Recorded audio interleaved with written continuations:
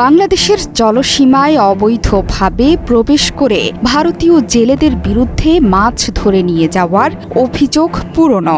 এবার শ্রীলঙ্কার জলসীমায়ও একই কাজ করতে গিয়ে চরম শিক্ষা হলো ভারতীয়দের। সাগরে আন্তর্জাতিক সীমানা লঙ্ঘনের অভিযোগে ভারতীয় জেলেদের লক্ষ্য করে গুলি ছুড়েছে শ্রীলঙ্কা। সাম্প্রতিক সময়ে ভারতের সাথে প্রতিবেশীদের সম্পর্কের উষ্ণতা তলানিতে ঠেকেছে। ভারতের সাথে কারো সম্পর্কই তেমন ভালো যাচ্ছে না।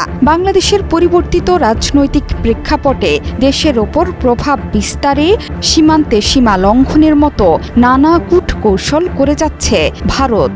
কখনো চীনের সাথে, কখনো পাকিস্তানের সাথে ভারতের এই সীমানা লঙ্ঘন অব্যাহত আছেই। এর মাঝে শ্রীলঙ্কার সাথেও নতুন বিবাদে জড়িয়েছে ভারত।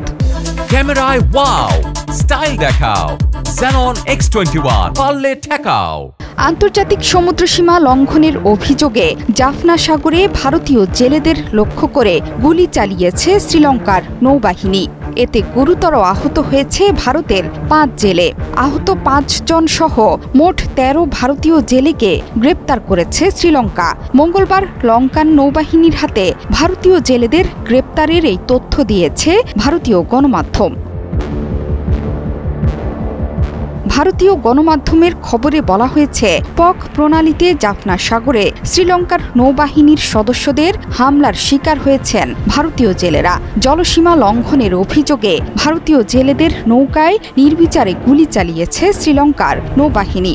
হামলায় গুরুতর আহত হয়েছেন 5 জন। ভারতের পররাষ্ট্র মন্ত্রণালয়ের একাধিক সূত্র বলেছে, আহত জেলেরা শ্রীলঙ্কার জাফনা হাসপাতালে চিকিৎসাধীন আছে। তাদের মধ্যে 2 জনের অবস্থা আশঙ্কাজনক। তাদের চিকিৎসার দায়িত্ব নিয়েছে জাফনার ভারতীয় দূতাবাস।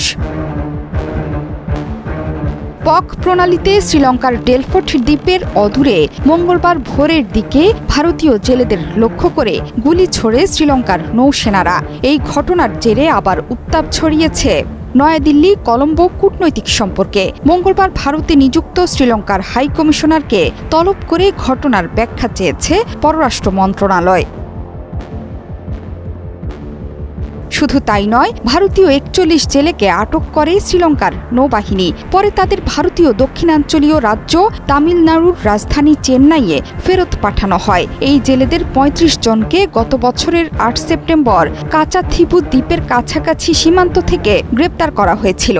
আন্তর্জাতিক সীমান্ত লঙ্ঘন করে মাছ ধরার অভিযোগে তাদের গ্রেপ্তার করা হয়। পরবর্তীতে 2 দেশের সরকারের উচ্চ পর্যায়ের কর্মকর্তাদের বৈঠকের পর জেলেদের মুক্তি দেয়া হয়। গেল সেপ্টেম্বরে শ্রীলঙ্কার প্রেসিডেন্ট নির্বাচনে জয়ী হয়েছেন ন্যাশনাল পিপলস পাওয়ার এনপিপি নামের বাম জোটের নেতা অনুরা কুমার দিশানায়েক। সে দেশের রাজনীতিতে তিনি ভারত বিরোধী এবং চীনপন্থী হিসেবে পরিচিত। তারপর থেকেই আর্থিক সমস্যায় জর্জরিত দ্বীপরাষ্ট্রে নতুন করে ভারত বিরোধী উত্তাপ ছড়াচ্ছে। জোহরা চৌধুরী সেতু, 71।